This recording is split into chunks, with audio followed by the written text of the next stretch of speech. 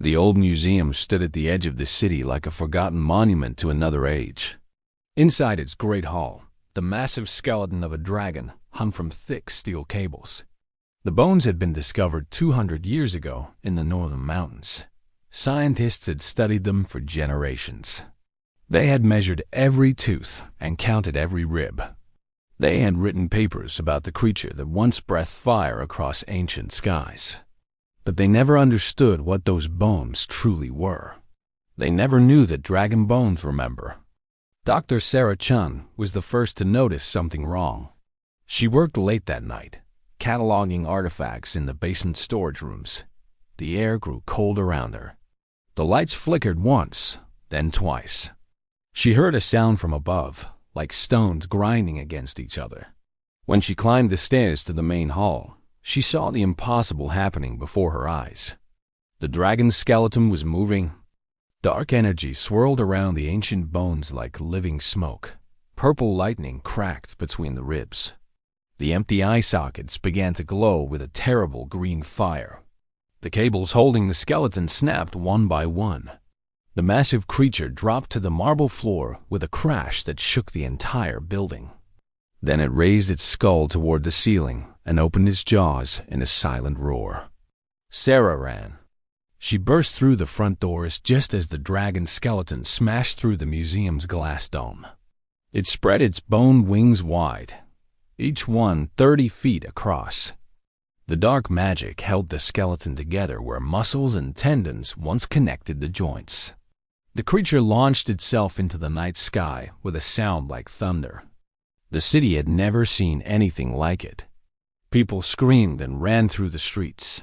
Cars crashed into each other as drivers stared upward in terror. The skeletal dragon circled above the tallest buildings. Its green eyes swept across the urban landscape like searchlights made of ghost fire.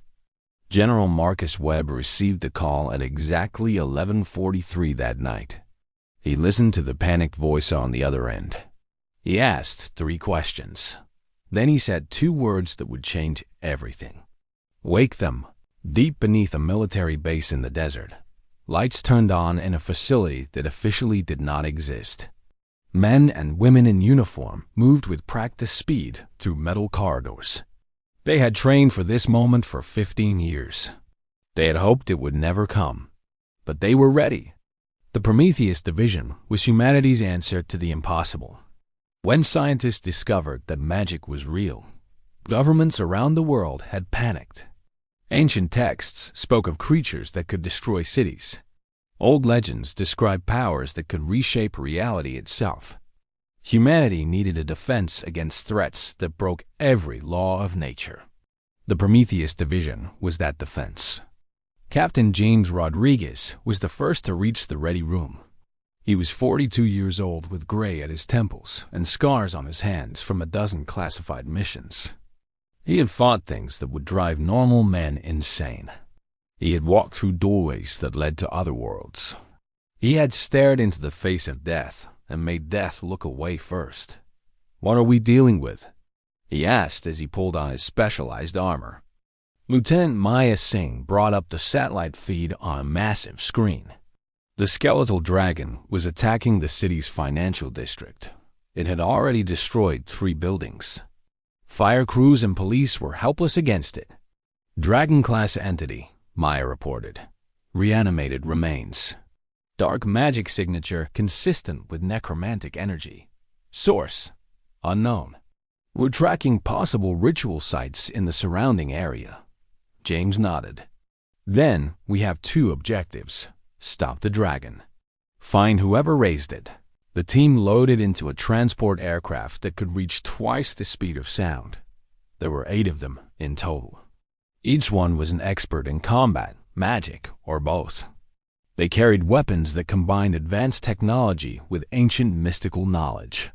Their armor was forged from materials that existed in the space between dimensions. Sarah Chun was still on the streets when the military arrived. She had been trying to help wounded civilians reach safety.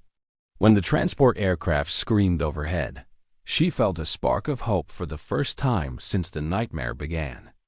The skeletal dragon had landed on top of a collapsed shopping center. It was tearing through the rubble with its bone claws, searching for something. Dark magic radiated from its form like heat from a fire. Anyone who got too close felt their strength drain away. 3 police officers had already collapsed into unconsciousness just from being near the creature. James and his team dropped from the aircraft on rappelling lines. They hit the ground running. The dragon heard them coming and turned its massive skull toward the approaching soldiers. "Spread out," James ordered through his helmet communicator. "Draw its attention. Keep it busy while I get close." The team moved like water flowing around stones. They opened fire with weapons that shot concentrated light instead of bullets. The beams struck the dragon's bones and left glowing marks where they hit. The creature roared, and this time the sound was real. It echoed across the destroyed city block like the cry of something that should have stayed dead. The dragon lunged at Private Chun, no relation to Sarah. He rolled beneath the snapping jaws and came up firing. The shots punched holes through the creature's ribcage, but the dark magic simply filled the gaps. The bones knitted themselves back together within seconds.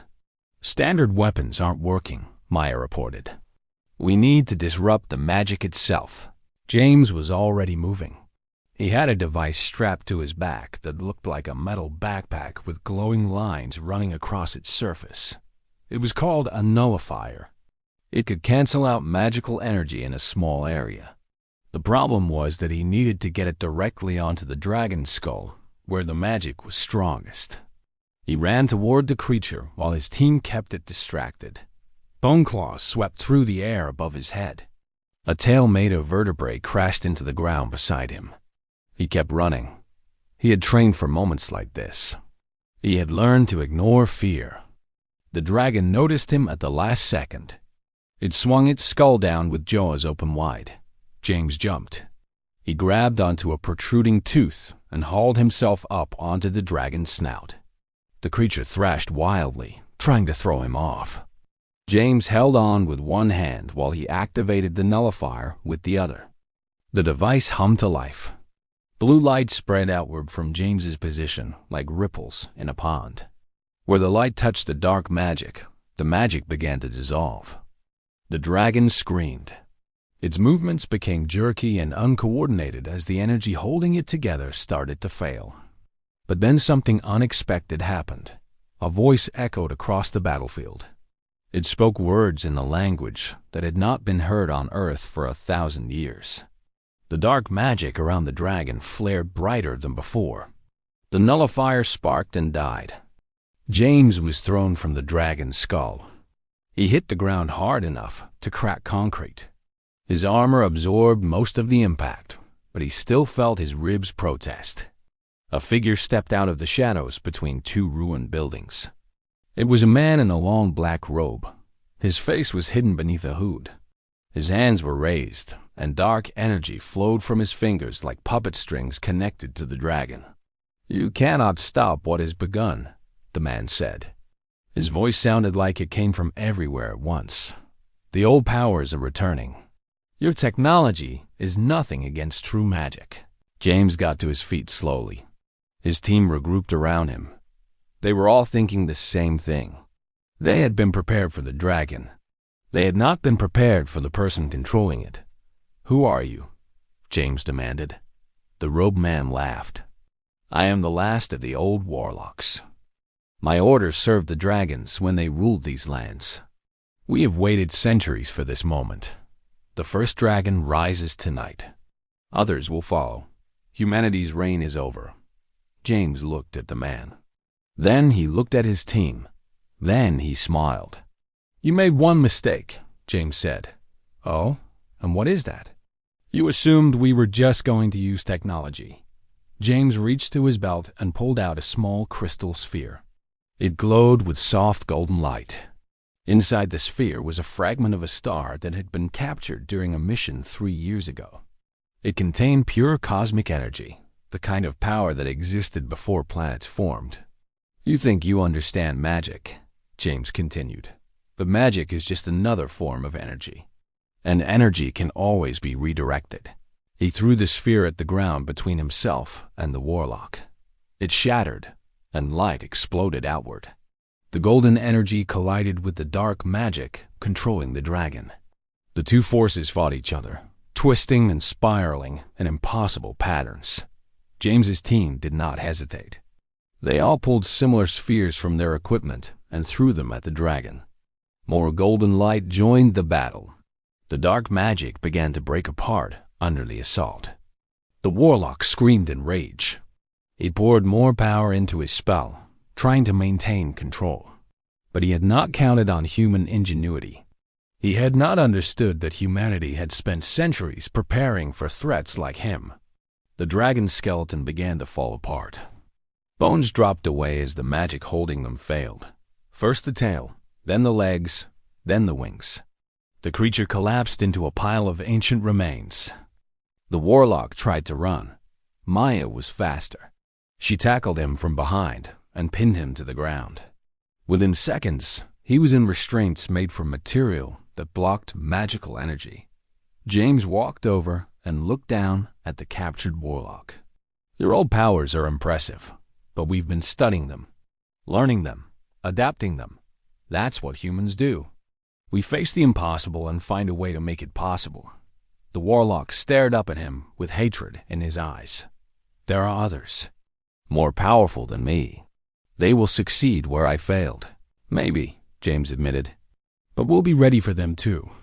Sarah Chun watched from a distance as the military team secured the area. She did not understand everything she had seen, but she understood one thing clearly.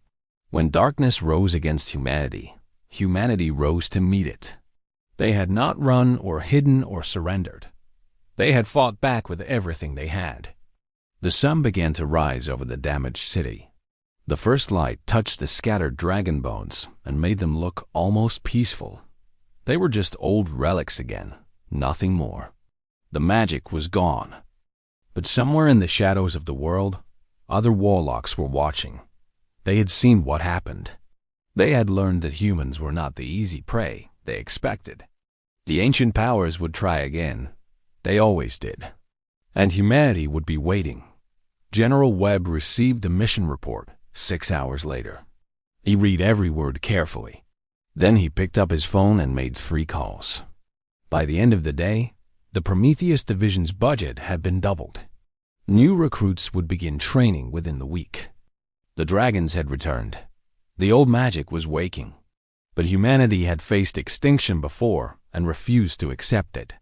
They would face it again with the same stubborn determination that had carried them through ice ages and plagues and wars. They were not afraid of bones.